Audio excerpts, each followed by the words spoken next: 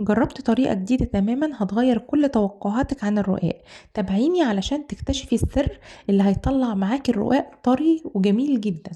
معايا صينية بضيف فيها كوبايتين من الشوربة السخنة، عليها كوبايتين من اللبن. بقلب الخليط مع بعض كده واركنه مع جنب.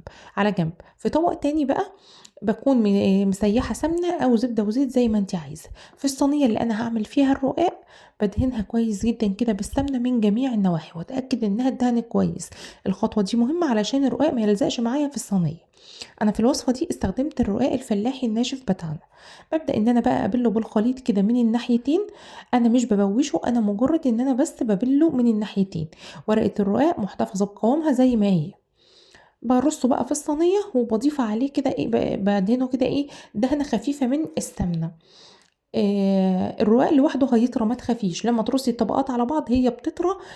طراوة معقولة، مش بيعجن معاكي. بعمل بقى ورقة تانية كده لحد لما اخلص نص كمية الرقاق. بحاول ان انا كده اقسم الكمية بالنص عشان الطبقة من فوق تبقى زي الطبقة من تحت. بعصق بقى اللحمة. معايا بصلة مفرومة عليها نص كيلو كده من اللحمة المفرومة. وبضيف لها طبعا شوية بهارات. البهارات دي بتديني طعم مميز جدا.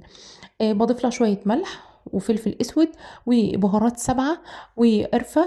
مهمة جدا قوي لطعم اللحمة بتاعتي. ممكن طبعا تضيفي او تقللي من التوابل حسب ما تحبي، لكن طبعا السر في توازن المكونات. الحشوة اوزعها كويس جدا عشان كل لقمة معايا تكون مليانة وطعمها لذيذ. الطريقة دي مش بس هتخلي الرقاق طري، لا كمان هتخليه مورق وزي الجاهز. باقي خطوة أخيرة، تابعيني علشان تشوفيها. برص بقية ورق الرقاق كده اهو. برصه زي ما انتوا شايفين. وبدهنه كده بالسمنة. ولما اخلص الصينية اركنها على جنب. بجيب بقى طبق تاني بحط فيه بيضة عليها ملح وفلفل وشعرة من القرفة ومعلقة صغيرة من الخل. واربهم كويس قوي قوي مع بعض وبضيف عليهم نص كوباية من اللبن. اقلب الخليط ده مع بعض كويس قوي. والخطوة دي مهمة جدا جدا. هتخلي لك الرقاق في حتة تانية. بكون مقطعة بقى الرقاق بتاعي واوزع الخليط دوت عليه كده واتأكد ان هو شربه تماما. بخبزه بقى في فرن على درجة حرارة 220 لحد لما ياخد لون من تحت. اول ما الاقيه خد لون من تحت بفتح عليه الشواية. بيطلع معايا كده رائع وجميل زي ما انتي شايفة وريحته بتقلب البيت. بيبقى مقرمش من بره وطري من جوه. ومش هتصدقي النتيجة. بجد احلى رقاق عملته واحلى نتيجة شفتها وطعمه جنان.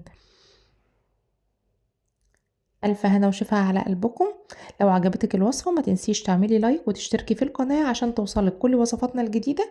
واكتبولي في التعليقات رأيكم وجربوا الطريقة وشاركوني النتيجة. شكرا انكم تابعتوني لآخر الفيديو.